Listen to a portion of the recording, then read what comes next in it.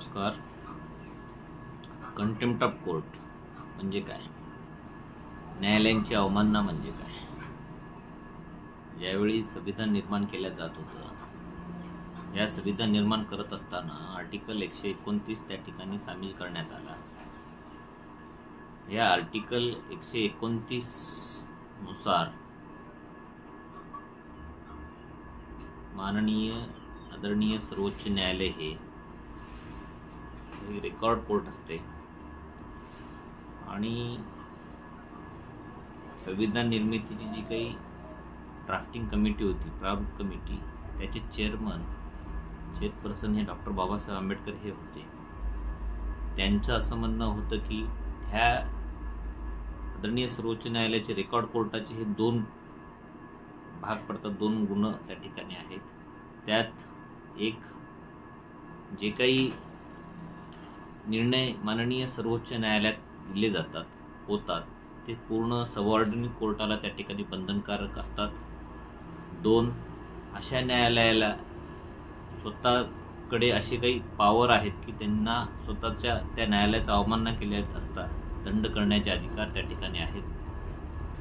Article 142(2) नुसार माननीय सर्वोच्च न्यायालय हे कोणत्याही व्यक्तीला त्या ठिकाणी चौकशीसाठी बोलावू शकते, त्याच्या विरोधात अवमाननाबाबत कारवाई त्या ठिकाणी करू शकते, दंड करू शकते.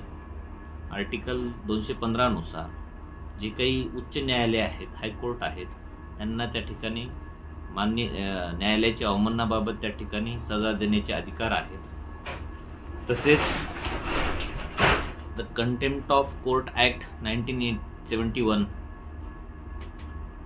न्यायालयाची अवमानना अधिनियम 1971 त्या ठिकाणी भारतीय संविधानाने संसदेने त्या ठिकाणी पारित केलेला आहे. यानुसार न्यायालयांची अवमाननाबाबत दंड करण्याचे प्रावधान त्या ठिकाणी त्या अधिनियमात करण्यात आलेले आहेत. या अधिनियमानुसार कुठल्याही न्यायालयाच्या प्रतिष्ठेला जर एखाद्याकडून त्या ठिकाणी अवमानना करण्यात येत असेल, प्रतिष्ठा मलिन करण्याचा प्रयत्न त्या ठिकाणी केला जात असेल, अनादरित करण्याचा प्रयत्न त्या ठिकाणी केला जात असेल, तर त्याच्या विरोधात त्या ठिकाणी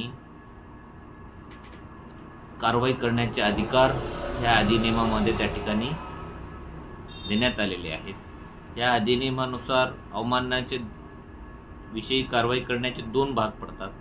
त्याच्यामध्ये एक सिव्हिल आणि दिवाणी आणि क्रिमिनल फौजदारी असे दोन भाग पडतात. आणि सिव्हिल अवमाननामध्ये जे काही न्यायालयांनी डिक्री केलेले असतील, निर्णय दिलेले असतील, आदेश दिलेले असतील, रिट हे केलेले असतील, किंवा जी काही न्यायालयांची प्रक्रिया आहे त्या न्यायालयांच्या प्रक्रियेला जाणून बुजून कोणी जर उल्लंघन केलेलं असेल, अवमानना केलेली असेल, अपालन केलेलं असेल, पालन केलेलं नसेल, तर त्या ठिकाणी ती अवमानना ही दिवाणी अवमाननामध्ये मोडल्या जाते. आणि फौजदारी अवमानना म्हणजे न्यायालयांसंबंधी काही प्रकाशने देणे, लिखित किंवा तोंडी काही चिन्हित करणे, किंवा अवमानना होईल असे, त्याच्या प्रतिष्ठेला धक्का पोहोचेल असे बोलणे कोणत्याही माध्यमातून, या अवमाननेला फौजदारी अवमानना असे म्हणतात. क्रिमिनल कंटेम्प्ट ऑफ कोर्ट असे म्हणतात. दिवाणी अवमानना ही इनडायरेक्ट स्वरूपाची असते आणि फौजदारी अवमानना ही डायरेक्ट स्वरूपाची असते. ह्या दोन्ही प्रक्रियेमध्ये समजा एखादे रिपोर्टिंग आहे, न्यायालयाच्या निर्णयासंबंधी जर रिपोर्टिंग करत असतील, त्यांच्या मेरिटवर त्या ठिकाणी बोलत असेल, तर ती कुठल्याही प्रकारे अवमाननामध्ये मोडत नाही.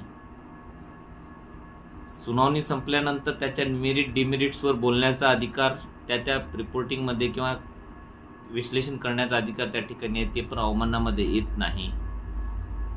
अशा जाणून बुजून जर न्यायालयाची अवमानना त्या ठिकाणी करण्यात आलेली असेल, कंटेम्प्ट ऑफ कोर्ट करण्यात आलेला असेल, तर त्या ठिकाणी जास्तीत जास्त 6 महिन्याची सजा त्या ठिकाणी देण्याचा अधिकार कोर्टाला आहे. तसेच 2000 रुपये इतके दंडाची तरतूद पण आहे आणि दोन्हीही त्या ठिकाणी करण्याचे अधिकार त्या ठिकाणी न्यायालयाला आहेत.